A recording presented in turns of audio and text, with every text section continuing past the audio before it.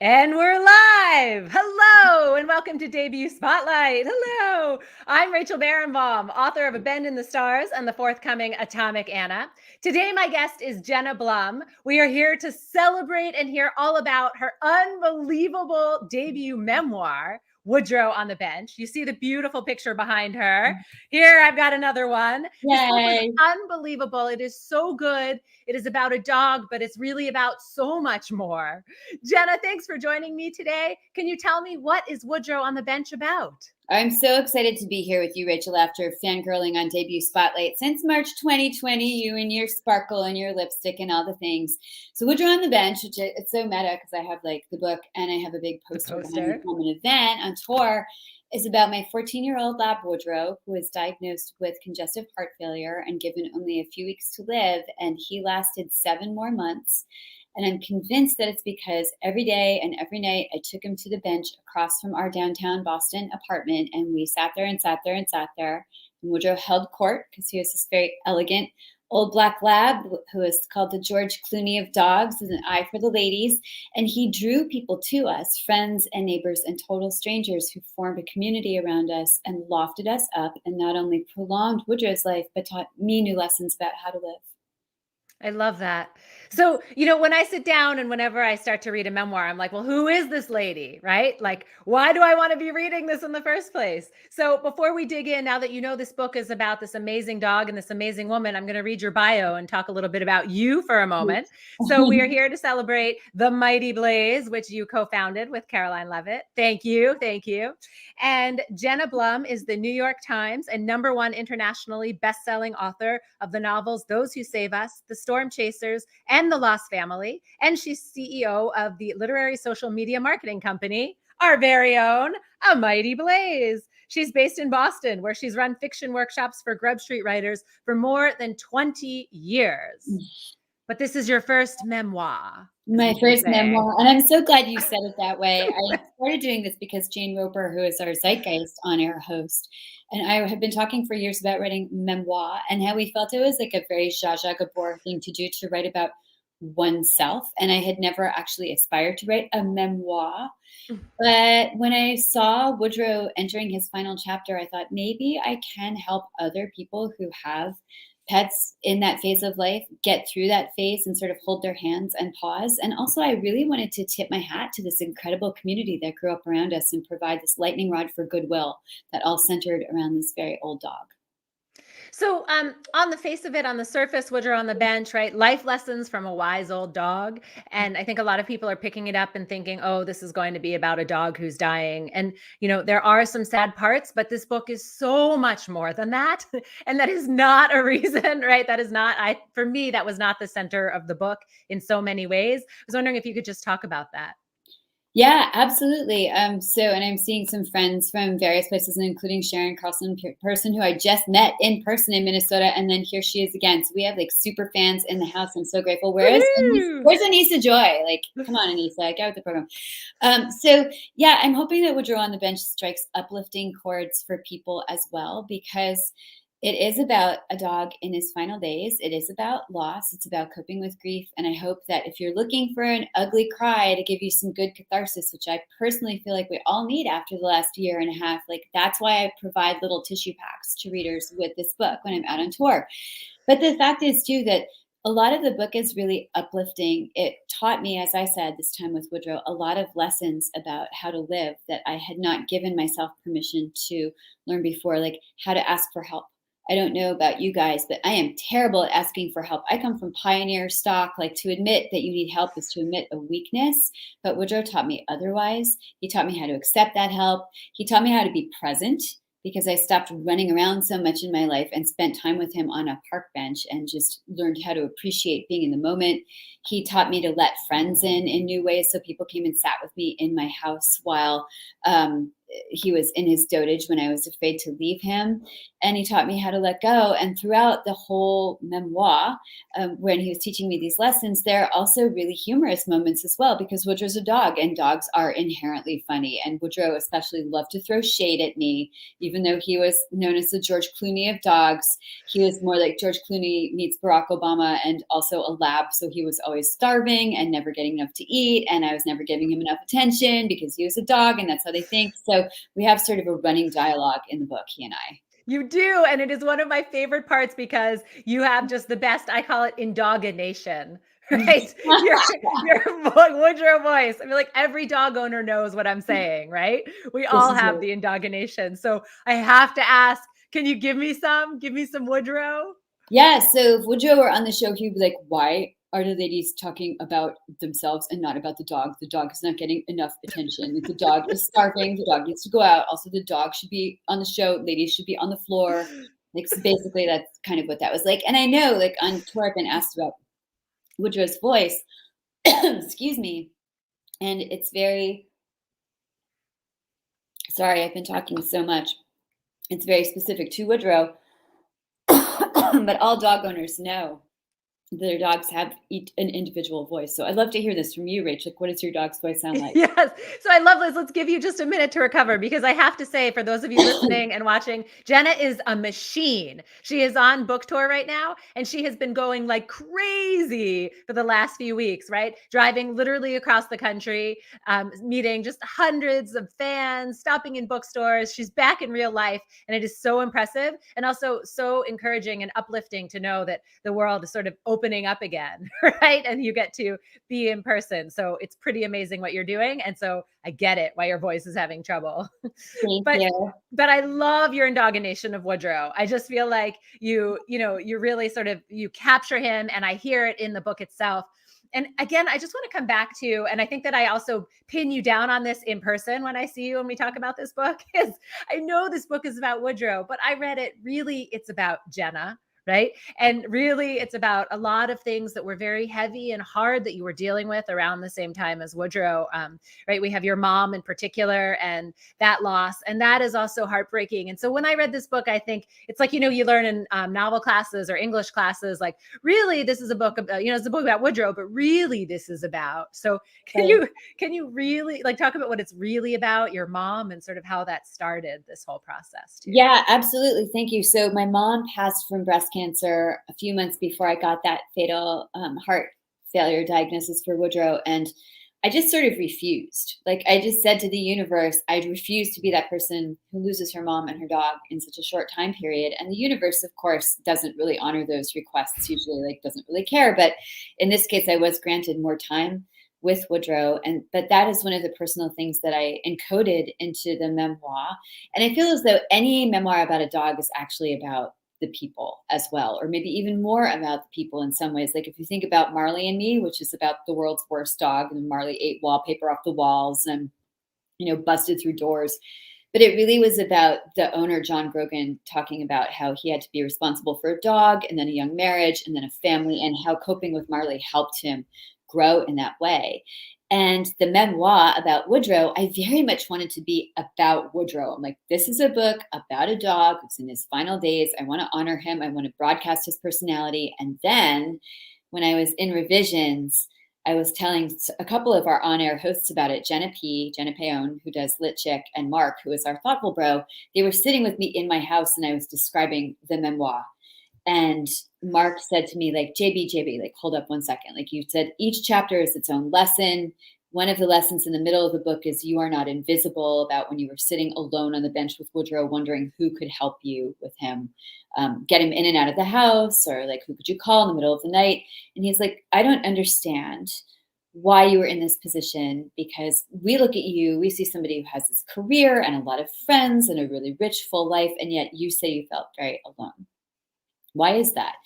And I said, well, Mark, you know this. Like, I'm a divorcee. I had just broken an engagement. I chose not to have children so I could focus on my career. And I am happy with my choices. And they sometimes come with consequences. Like, here you are alone with your dog and not having anybody to help you.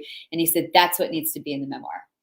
Like, you need to be in the memoir. And I was like, But this is about my dog, though. And I realized that he, of course, was totally right. This is why he is the thoughtful bro. So I went back and really sort of told the truth about myself in a lot of the chapters. And for a novelist who's used to hiding her hand in character and situation, that was at first very uncomfortable. And now I find it very liberating. So I've been doing all of these podcasts talking about Woodrow and all of these shows like yours, Rachel.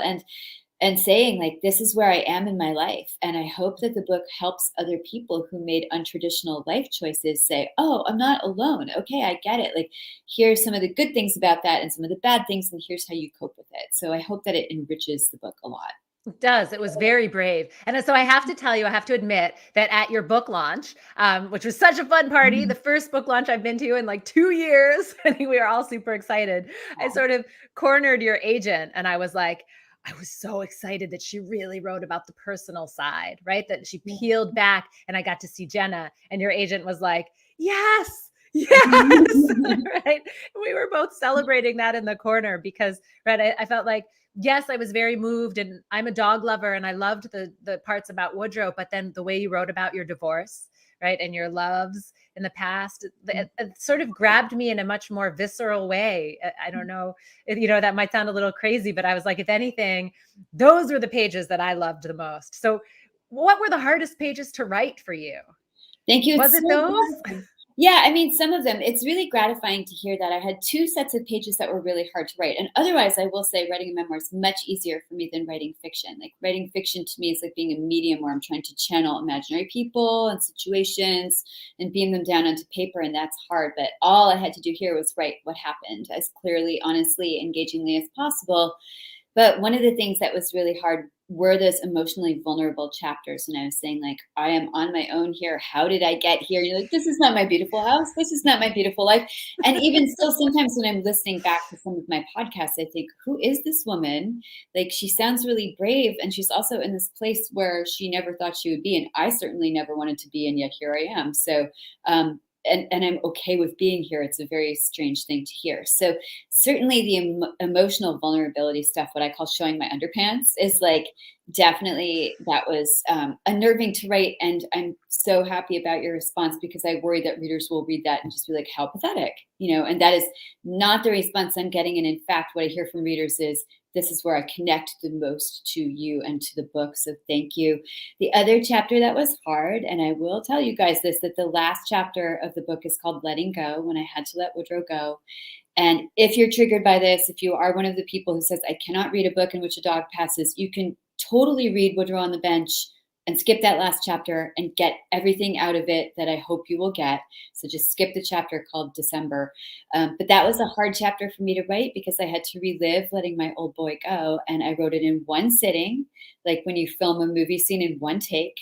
And halfway through, I had to stop because I was crying too much. And I had to go in the bathroom and wash my face and wipe my eyes. And I thought, I don't know if I can finish this chapter.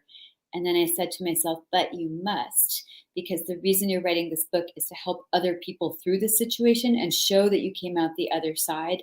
So that's why I included that chapter. And I hope that if those of you who have older animals are looking down and sort of gun barrel at their last days, I hope those of you who do read this chapter feel comforted by it. And like, here I am, and it's okay. And Woodrow had a really good passing.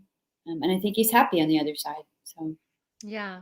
So in that vein, a little bit of spoiler, you went to heroic lengths to give Woodrow more time and to make him comfortable, right? And to sort of make those last few months what they were.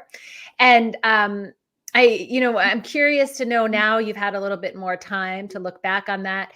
How do you feel about that decision? Because you even had friends at the time, and you talk about this in the book, who said, Jenna, this has gone on too long. Right. Mm-hmm. You should have let him go earlier. Mm-hmm. So how do you feel about that? I feel good about it, to tell you the truth. I look back and I say I wouldn't have done anything different. Woodrow had a pretty comfortable life right up until his last week. And the last week, this is the only thing I wish I had known what certain clues meant, because I might have let him go a few days earlier. Like, he had a sort of 1,000-yard stare, like he was kind of looking, ahead of his journey, the way people and animals do when they're preparing to cross the river. And he was hiding in different places in the house, which sometimes dogs do and animals do when they're about to pass. They just want to be alone and private. And I didn't know those cues for what they were. So I might have said like, oh, okay, like it is time. But I knew his time was coming. And up until that point, like Woodrow very much enjoyed his life, even though his back legs had sort of gone because he was an old lab and they have trouble with their back legs a lot of the time. He was having trouble breathing, and then he got medication that was very expensive and had all these awful side effects, but he was like eating fine. He was still loving on the ladies. He was still meeting all these people on the bench and really living a good life. And that had been my vow to myself, that as long as Anna Quinlan said about her own dog, the nose and the tail still work, the dog is happy. So I thought, as long as I can keep Woodrow comfortable and his personality is intact and he's enjoying his life, I will keep him with me. And so it really was only that last week when I started to understand like his clockwork was really failing and it was time to let go. Yeah. So I just want to dig in a little bit further here because I just sort of mentioned quickly that you had friends who said to you earlier, it's time, right? I think it was 6 months before he actually passed. And people were saying this, you're doing too much, Jenna. And I wanted to touch on this because I feel like that is a part of friendship that people don't often see in their own life or in fiction or memoir, as it may be, right? This moment where, not all friendship, right? All friendships, good friendships are not just hunky dory, right? You have moments where you disagree, where you can still come and be friends. And I loved that you brought your friends in, showing, right? We had this fight, we had this disagreement. Can you talk about how you feel about exposing that part of the friendship and how that's going now? Yeah, I'm really glad you asked about that, Rachel, because I think that you have these friends in your life who are almost like family, and they're the ones who can tell you the truth. I mean, I have miraculous friends, including you, including people I work with on the Blaze. Like, I'm blessed with friends. I'm rich in friends. It's something that I talk about a lot in this memoir. But one of my longest term friends, my friend Julie, who I taught with at Grove Street Writers in our very early days, and I've known for like 25 years, like she was the person who, long before the memoir, was the person who showed me how important it was to tell the truth. Like, she's my soothsayer. She's like relentlessly honest about things, and never in a bad way, but she's just like the person who modeled honesty for me. And she came to me in this chapter in the book that's called Thanksgiving. Like, she came to spend Woodrow's last Thanksgiving with us. And she said to me at the time, she's like, Puppet, because we call each other Puppet, for reasons that are in the memoir. But she was like, Puppet, I think Woodrow is suffering. And you know him better than I do, of course, but I think his time might be coming. And she was the only person who said that to me head on. Like, other people would say like, wow, like I would have put him down when his legs went, or things like that. And I always think that's well-meaning, but not helpful. Like, people know their dogs and animals better than anybody else. So it's kind of like, that's nice that that's what you would do. This is a very individual, very personal decision that each pet owner has to live with. But Julie was like, I think he's suffering. And I was so mad at her. I was just incendiarily angry. That's clear in the book, by the way. Yeah, and it's very clear. That's why I admit it. Like, really, I was like, you can go now. You can leave, because the dog can hear you, and you're like ruining his peace of mind, and his mental state is just as important as. I was like really sort of unhinged at that point. And I don't think she knew that I was really mad at her until I gave her the sample chapter to read, because I wanted her to know before it came out. I was like, here's this chapter. And she was like, oh, you were mad? I didn't know that. So apparently, like, I haven't learned my lesson yet about how to show that I'm angry, but, and that's good. But she said, I did know that I felt bad about saying that to you at that point. That was what I felt. And you said, no, it's not his time yet. It's not quite his time. And I was like, okay. So the friendship survived intact. And the lesson in that chapter is really like, there are people in your life who you feel safe enough to have them tell you the truth, and you can feel angry at them and be like, you can go, off you go, and you're still friends afterwards, closer than before. So that was a really important lesson for me to learn as well. Yeah, but also I think great to include, because I feel like there's such a tendency for Hollywood, right, to sort of make everything so much better than it actually is. And true friendships really do have bumps in the road, right? And you really do say things that hurt sometimes because you feel that as a friend, you need to tell them the truth. So I just thought that was beautiful that you put it out there and the way you continue to share it. So thank you for doing that. Thank you.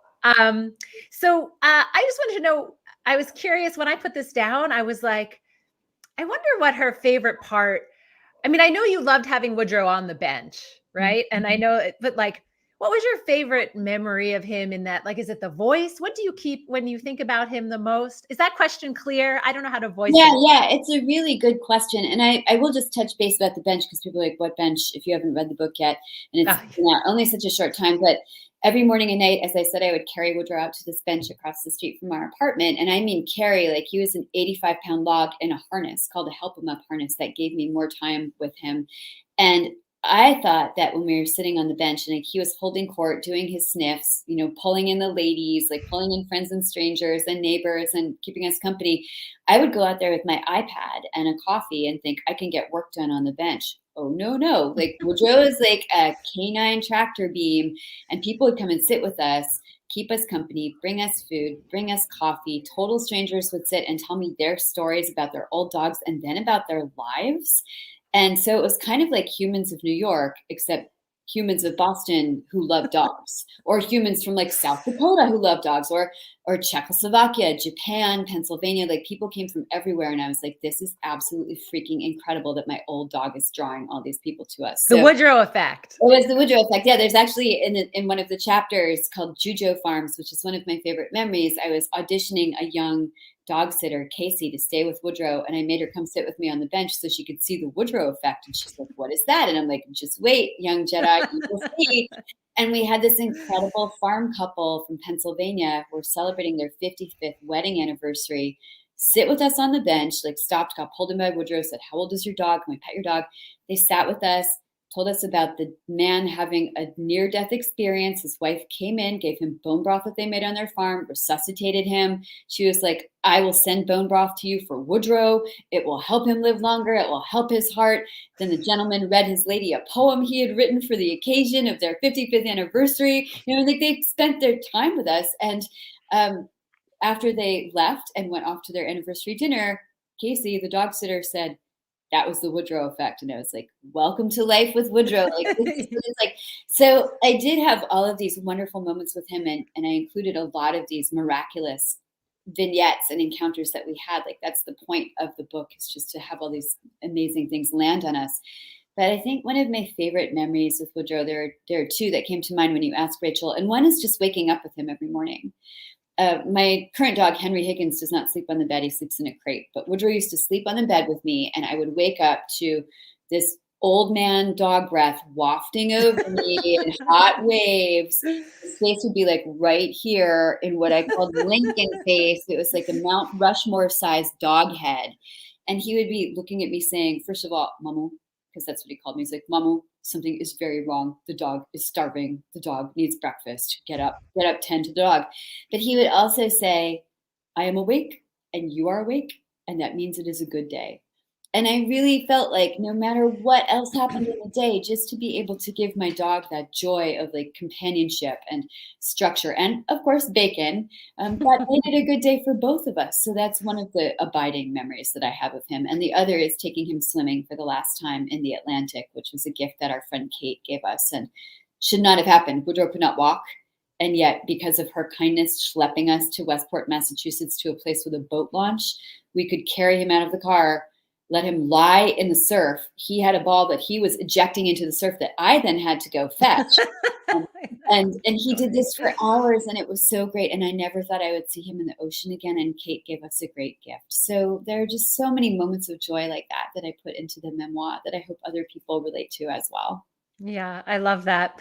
All right, well, we have to keep this tight on time because we only have half an hour. And I just want to sort of shift gears a little bit because you are also the queen of marketing and selling and getting your book out there. And this is a show for debut authors, right? And this is your debut memoir. So I Yes. would love to hear you talk a little bit about your marketing efforts. I mean, they are unbelievable, and Mhm. how different they are, right? We're just coming out of COVID. So what are you doing that is a different, I mean, not obviously you're probably doing lots of Zooms, but I mean, are you seeing slight differences, like the marketing campaign started much later than usual, or, you're not, people are buying more, digital copies than paper? I don't know. What are you seeing that's so different now that I you're mean, out there? everything is different. And you know this, Rachel, because you're a pioneer of the Blaze. You started with us in the very early days in March 2020, when I went from doing like insane in-person book tour. And I mean, I would do like 63 to 100 events a book tour in person, flying everywhere. Like I would run over over somebody with my car to get to a microphone. And I am not kidding. Like, I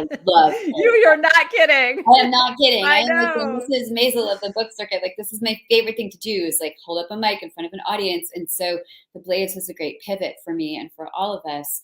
And so we were doing, of course, only virtual events. Now I would say for me personally, it's a mixed bag. I am actually in my family house in Minnesota right now, having just finished a Midwestern leg of my tour in person. I've been on the road. Some of the events have had 80 people, some have had 50 people, some have had like 8 people.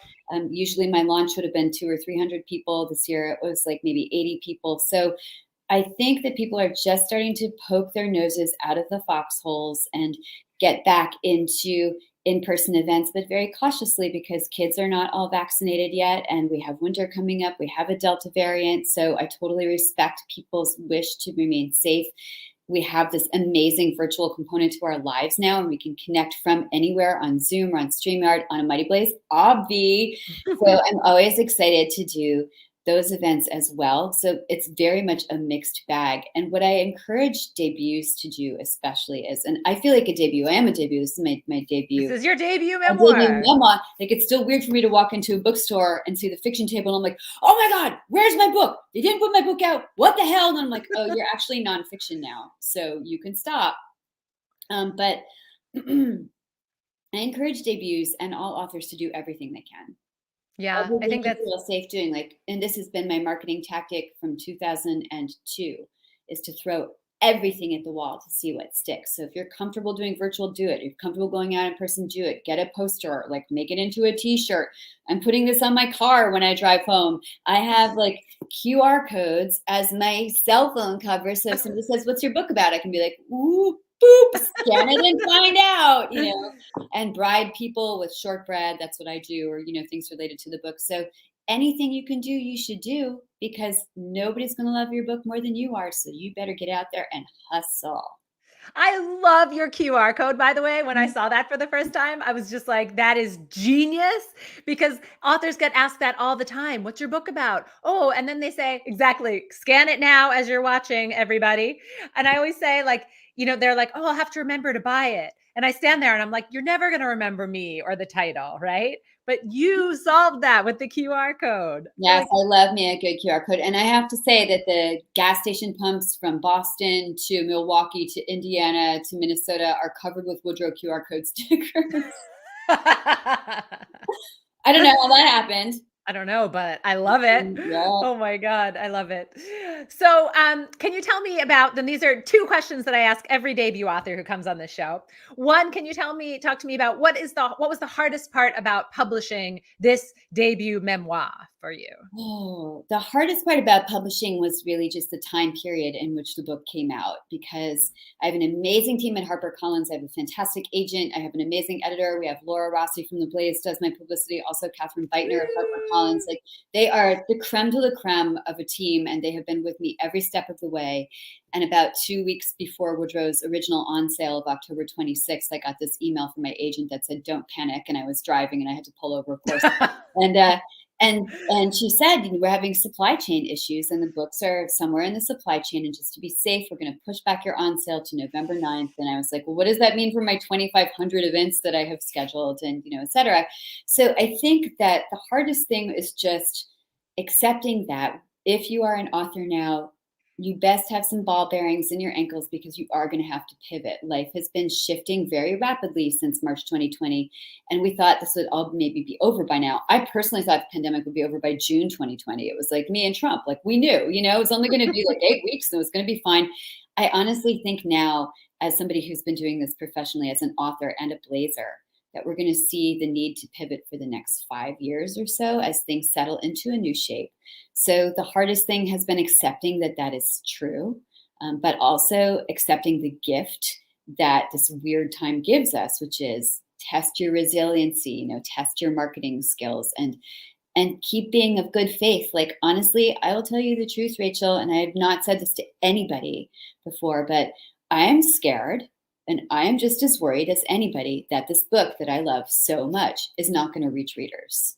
And I desperately hope it will, because I think it has lessons that will comfort people and hold their hands and hold their paws and, you know, really just give them a few good laughs and a good cry.